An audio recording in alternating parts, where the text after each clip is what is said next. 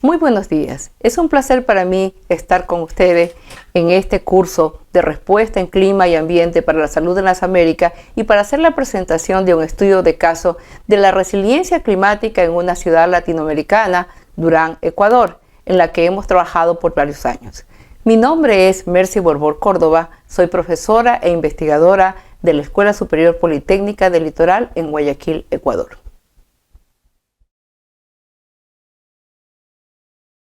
La situación de las ciudades en América Latina es un lugar de muchos retos y muchas oportunidades. Pero en el contexto socioecológico de las áreas urbanas es que son de vital importancia para la salud humana y para el bienestar de los habitantes. En este contexto, justamente, el cambio climático puede exacerbar los desafíos existentes en la vida urbana. Y esto incluye la desigualdad social, el estrés urbano, epidemias, la demanda de interés social, el deterioro de la infraestructura y la degradación de los ecosistemas. Y es también aquí donde los alcaldes y los gobiernos locales deben tomar decisiones informadas para poder reducir el impacto de la pandemia, de los efectos del cambio climático y para que se puedan recuperar.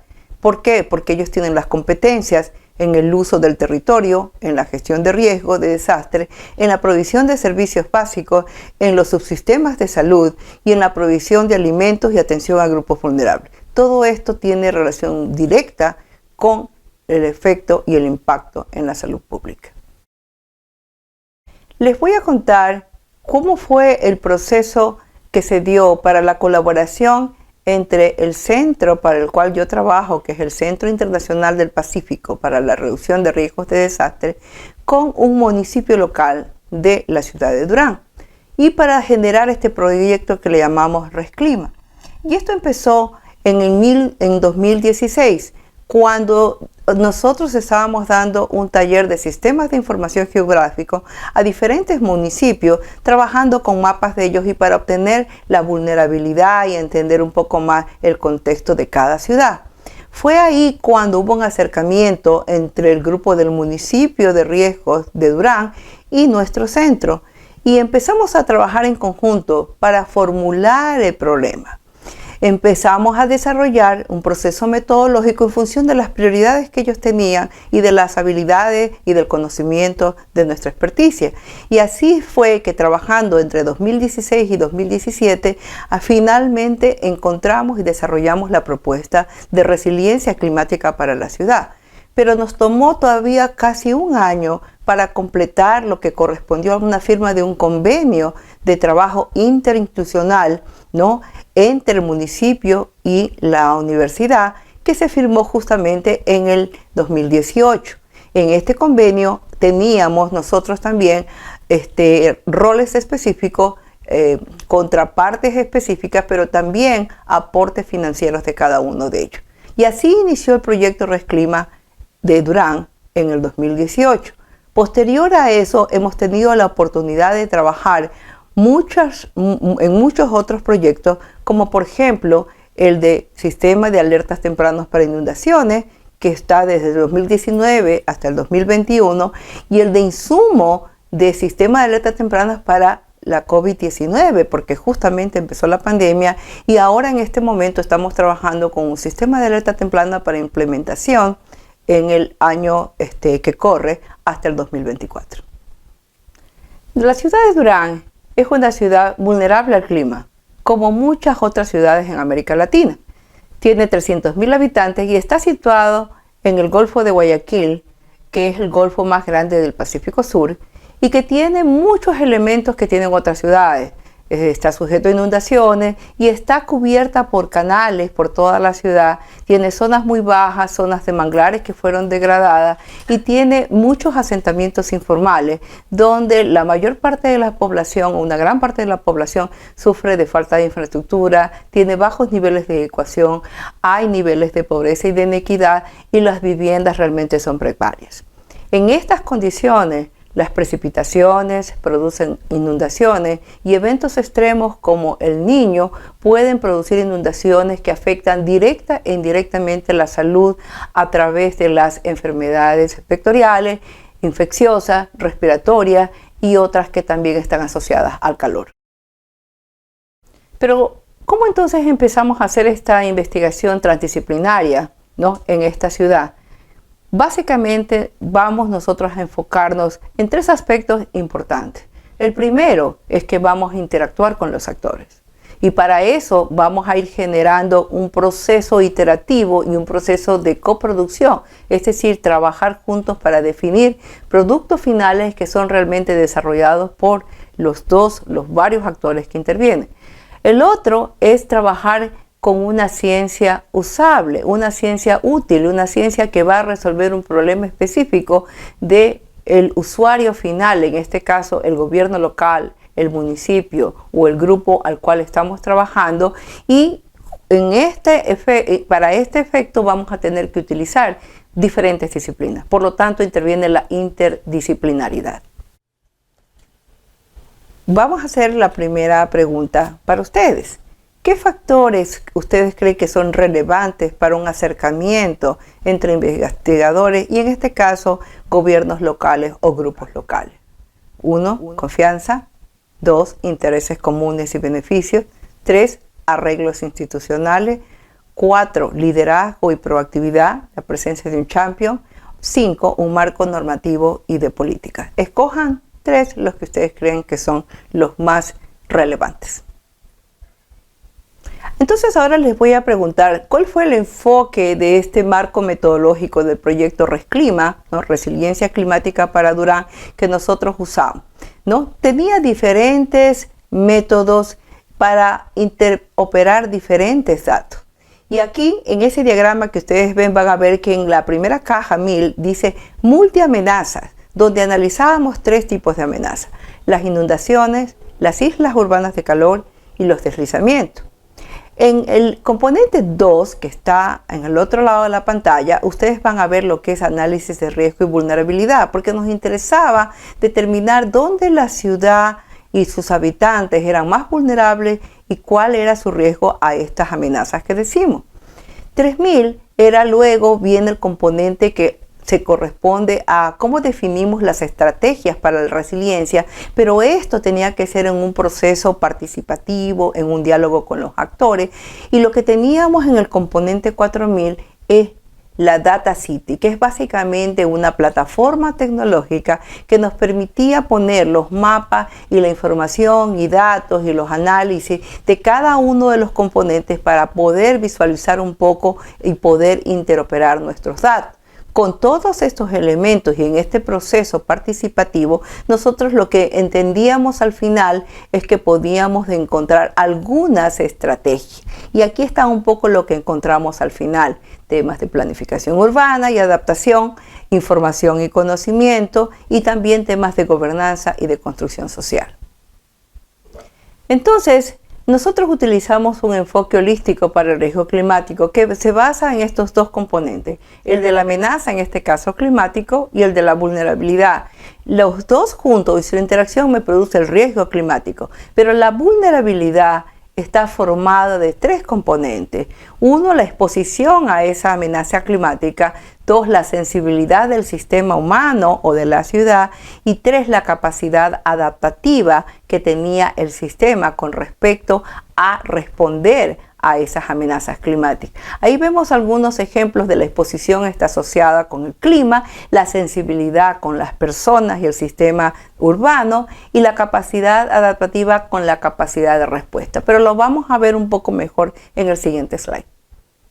En este diagrama lo que queremos ver 2 cosas es: 1, que en nuestro enfoque vamos a trabajar con información de diferentes disciplinas, pero también vamos a tener que integrar datos de alguna manera y combinarlos, y algunos vienen en escalas y formatos diferentes. Entonces, por ejemplo, en el diagrama decimos que tenemos la amenaza climática o el peligro climático, pero también podría ser el efecto del COVID acumulado, es decir, varias amenazas ahí. Y ahí están esos 3 factores que hablábamos: la exposición, la sensibilidad y la capacidad adaptativa.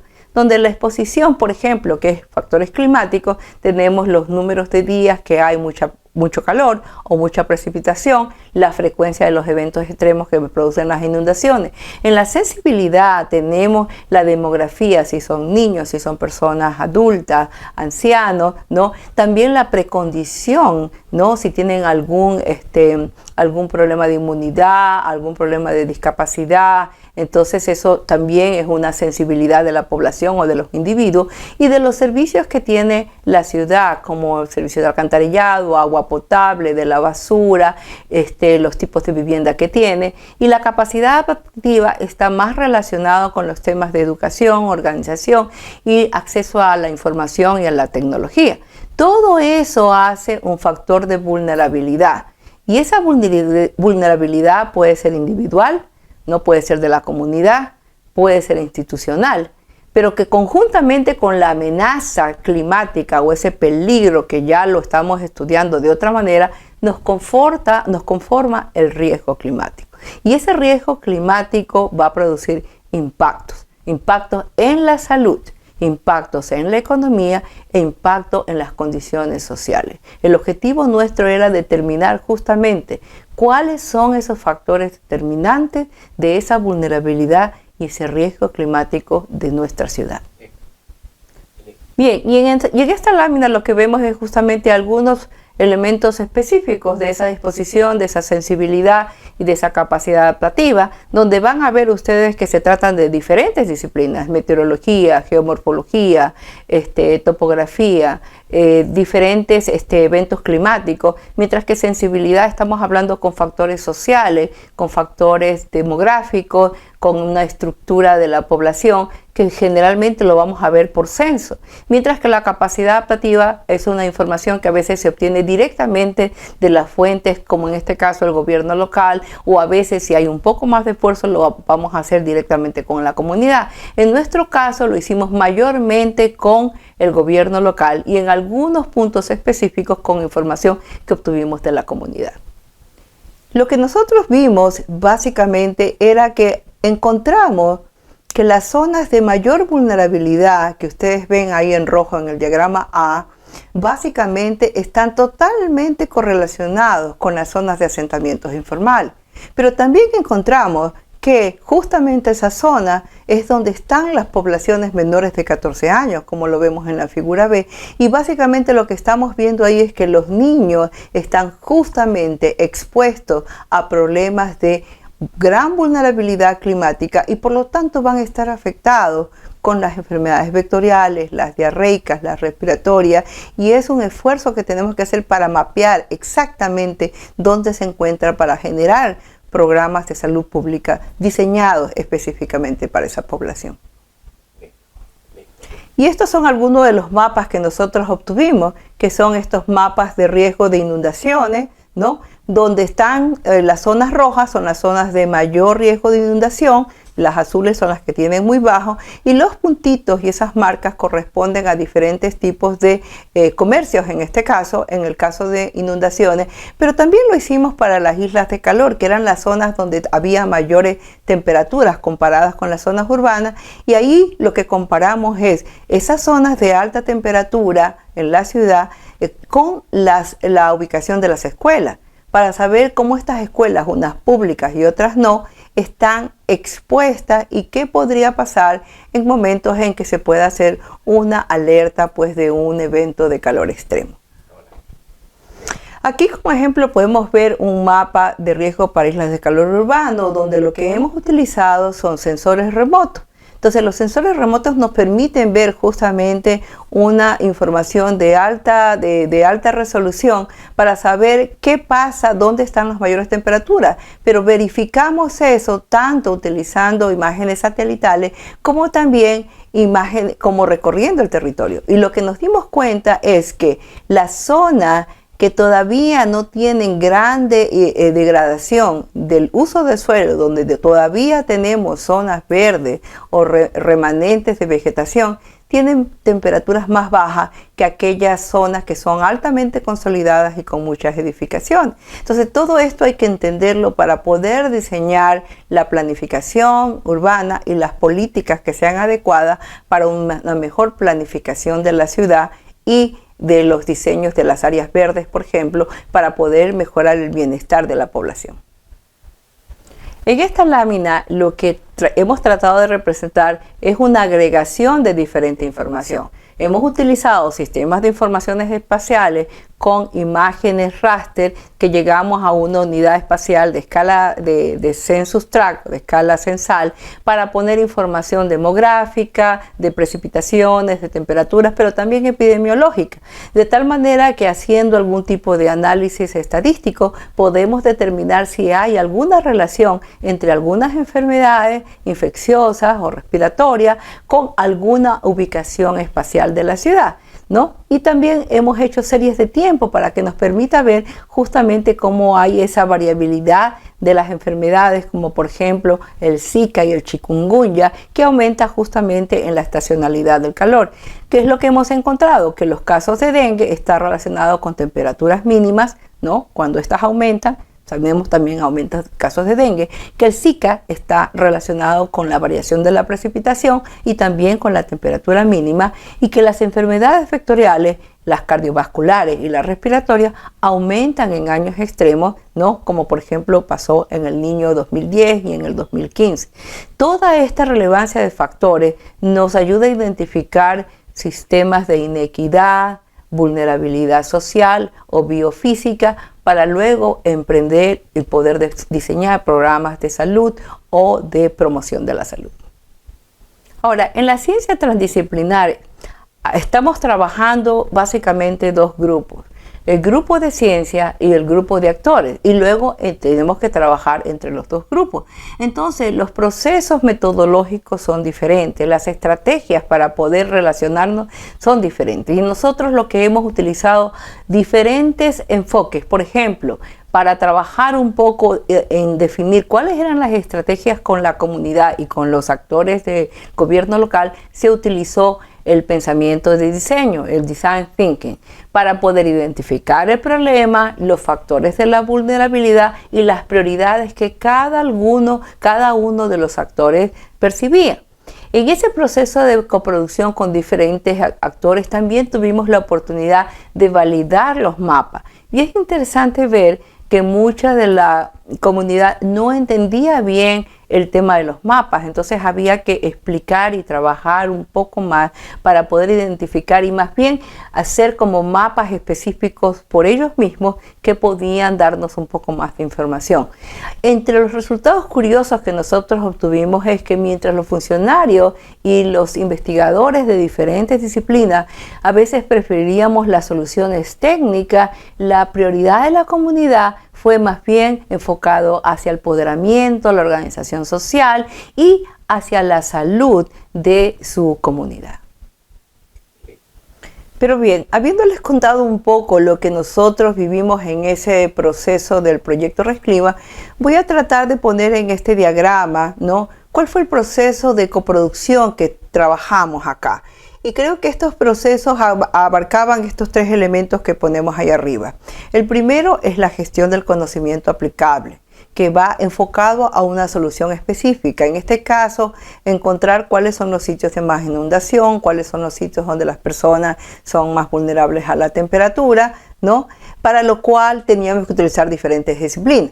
Luego, el segundo, el fortalecimiento de las capacidades, fue bien importante porque teníamos que buscar la manera de que todos entendamos y encontramos en los sistemas de información geográfica una manera común para poder trabajar todos en el mismo, en el mismo formato, en una misma escala, y aprendimos a hacer índices para poder comparar una variable con otra. Y finalmente, y bien importante, es el tema de los arreglos institucionales y sociales. Estos institucionales que a veces fueron memorandos de entendimiento formales, con transferencias de dineros, con tiempos específicos, pero también estos arreglos sociales con la comunidad, cuando se establecieron, por ejemplo, los comités de primeros auxilios o los comités de reducción de riesgo, para poder organizarlos un poco en su territorio. Las lecciones que nosotros tenemos ahí es que deberíamos tener una buena gobernanza entre estos actores, y para eso es favorable desarrollar visiones comunes, encontrar cuáles son esas prioridades que tenemos identificadas, esa capacitación continua y esa extensión, es decir, un acompañamiento permanente, y finalmente dar esta oportunidad de la voz de los consejos participativos o los comités que vienen de la comunidad, que pueden dialogar tanto con los gobiernos locales, pero también donde la academia puede ayudar a ser un interlocutor. Entonces ahí logramos mejores formas de aprendizaje, de usabilidad de la información, e incluso logramos gestionar procesos de monitoreo para que en algún momento podamos hacer procesos de más evaluación. Al cabo de casi 2 años y medio, casi 3 años, también pudimos trabajar un policy brief, un informe de política, porque lo relevante de todo este trabajo, en este caso con el gobierno local, con la comunidad, era poder establecer esta investigación que se traduzca en una acción para generar un insumo para la política, ¿no? De la ciencia a la política en este nexo que tenemos entre el clima, ambiente y la salud. Y en este policy brief, este informe de políticas, nosotros hicimos 5 recomendaciones que están ahí, ¿no? La una, que es el tema de trabajar con los temas de reducción de riesgo y con los temas de adaptación al cambio climático, pero en los planes de ordenamiento territorial. El segundo, que es fortalecer la gobernanza institucional y la capacidad social de las comunidades, creando liderazgo, escuelas de líderes, organización. El objetivo número 3 era incorporar la gestión del conocimiento y la innovación urbana, lo cual se favorece con estas alianzas estratégicas con universidades y centros de investigación local. Y el último objetivo era incorporar en la planificación de la ciudad el diseño del paisaje, los ecosistemas y el tema innovador de soluciones basadas en la naturaleza como un tema de un ambiente sano y de mejorar la salud de la población, ¿no? A la vez que mejoramos el ambiente de la ciudad. En este diagrama hemos querido representar un poco también esta visión de la intersectorialidad, de cómo podemos incorporar estos datos, y hemos mencionado los sistemas de información geográfico, ¿no? Para poder establecer datos demográficos, los datos de sensores remotos, pero también aquí en el centro lo que nosotros hemos hecho también trabajar con el grupo de tecnología, ¿no? Del Centro de Innovación Tecnológica, que lo que ha hecho son aplicaciones que han sido utilizadas para, por ejemplo, tomar datos de clima o de factores meteorológicos, pero también para monitorear directamente la observación de las inundaciones o de algún evento dentro de la comunidad, ¿no? Esto fue interesante porque nosotros pensábamos que era más fácil de lo que realmente fue, porque la tecnología no es accesible en todos lados como uno cree. Entonces eso fue una gran limitación. Por otro lado, también vemos que integramos en estos procesos de intersectorialidad los temas de la planificación urbana con estos conceptos de soluciones basadas en la naturaleza, donde lo que buscamos es llevar el mensaje de cómo, recuperando ciertos ecosistemas que estuvieron ahí, podemos hacer de las ciudades un ambiente más resiliente, un ambiente más sano, y por lo tanto ayudar a la salud de los pobladores. Y el otro elemento que ya lo hemos mencionado y que es totalmente relevante es justamente este trabajo de los diferentes sectores, municipios con el sector de salud, ¿no? Con el tema de riesgos urbanos, que son diferentes niveles, y luego también con la comunidad para poder establecer estas acciones que en territorios son bien específicas. Hay que determinar exactamente qué es lo que se necesita para un vecindario o para una ciudad. Y fue en ese momento que en el 2020 apareció la pandemia. Y no podíamos estar ajenos a esta crisis, ¿no? Global, también con la ciudad. Y inmediatamente empezamos a trabajar, a diseñar un proyecto que quería definir cuáles serían los insumos que se necesitaría para tener un sistema de alerta temprano para la COVID-19, pero que podía extenderse para cualquier otra epidemia. Y es así que trabajamos en conjunto y ahora con otros actores como el Servicio Nacional de Riesgos y Emergencia y los servicios de salud, para poder determinar estos temas de vulnerabilidad, pero orientado a la COVID-19. Y es así que en el septiembre en octubre del 2021, en el segundo año de la pandemia, hicimos este proyecto de los insumos para un sistema de alerta temprano para la COVID-19. Y entonces, con la pandemia en el 2020, lo que tratamos de hacer en este proyecto para definir los insumos para un sistema de alerta temprana para epidemias es conocer un poco cuáles son estos disparadores de esa vulnerabilidad en el contexto de la ciudad, para lo cual tomamos muestras de sangre, hicimos una aplicación para poder hacer un contact tracing y saber por dónde podían haber las zonas de mayores riesgos. Se hicieron encuestas epidemiológicas de percepción y también explorando un poco la salud mental, así como evaluaciones antropométricas para poder definir un poco cómo eran las condiciones y cuáles podían ser algunos factores de riesgo a las personas que podían tener el virus. En total hicimos más de 600 casos, ¿no? Todo esto cumplió con los códigos los códigos de ética establecidos, ¿no? Y los resultados están todavía en proceso de análisis y esperamos muy pronto publicarlos. Y esto es solamente un archivo visual de lo que involucraba esto, que también es un proyecto transdisciplinario donde había todo un tema de tecnología, había un registro, había un diseño de una encuesta, que es la parte estadística, había factores sociales, ¿no? La instalación de un aplicativo, tecnología, ¿no? Los temas de análisis de muestra, ¿no? La evaluación antropométrica, que tenía que ver más con los temas nutricionales, y la parte de virología. Entonces, todo esto implicaba un grupo de ciencia interdisciplinario muy fuerte, pero también seguir trabajando con la comunidad a la cual teníamos que invitar como voluntarios a participar en el estudio.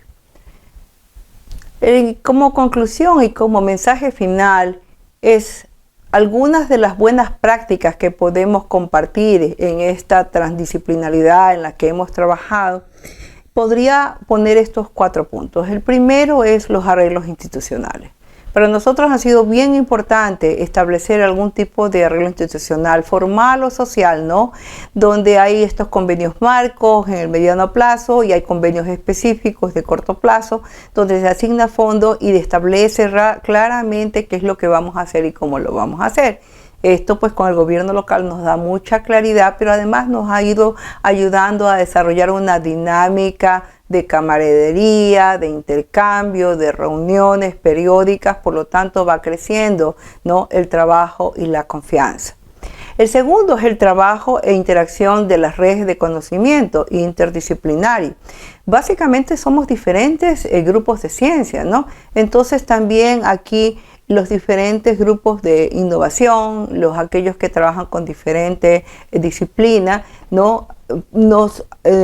Nos unimos para trabajar juntos y tenemos que aprender a trabajar juntos. No siempre es fácil al comienzo y tenemos que ir aprendiendo el lenguaje del otro, ¿no? Pero asimismo aumentamos nuestra capacidad cuando vemos que podemos cruzar esa línea del ecólogo al epidemiólogo o al que trabaja con la estadística o con el sistema de información geográfica, que es una herramienta realmente que ayuda a integrar, ¿no? Y también cómo ahora incluimos estos impactos del clima en la salud, y esto nos obliga a mirarlo desde una perspectiva temporal y espacial. Por lo tanto, vamos a mirar cuáles son esos determinantes ambientales, sociales, que van a influir en el bienestar de la comunidad. Y otro factor importantísimo ha sido la comunicación, pero que tiene que ser en un lenguaje sencillo, ¿no? Aplicable para que los productos académicos sean realmente entendidos y aplicados por el personal municipal en este caso, y mucho más si vamos a llevar un mensaje a la comunidad. Esto implica también un trabajo continuo de una capacitación sobre estos temas para que podamos seguir mejorando y elevando las capacidades de estos actores locales. Y finalmente, poder llevar insumos o generar algunos insumos para instrumentos de política. Entonces tenemos que trabajar en aprender policy brief, además de los papers científicos que realmente no son de interés, ¿no? De los gobiernos locales y la comunidad, pero los policy brief, las infografías, este tipo de mensajes para la comunidad, incluso para los niños con juegos, son bien importantes para poder crear esta sensibilización hacia temas como los sistemas de alerta para las epidemias, las soluciones basadas en la naturaleza, la información y datos para las ciudades, que es algo que quisiéramos ir avanzando y que es importante para poder tomar decisiones informadas. Todavía hay mucho por hacer, pero creo que el camino se lo hace andando y estamos contentos de poder haber aprendido al camino y compartirlo esto con todos ustedes. Gracias.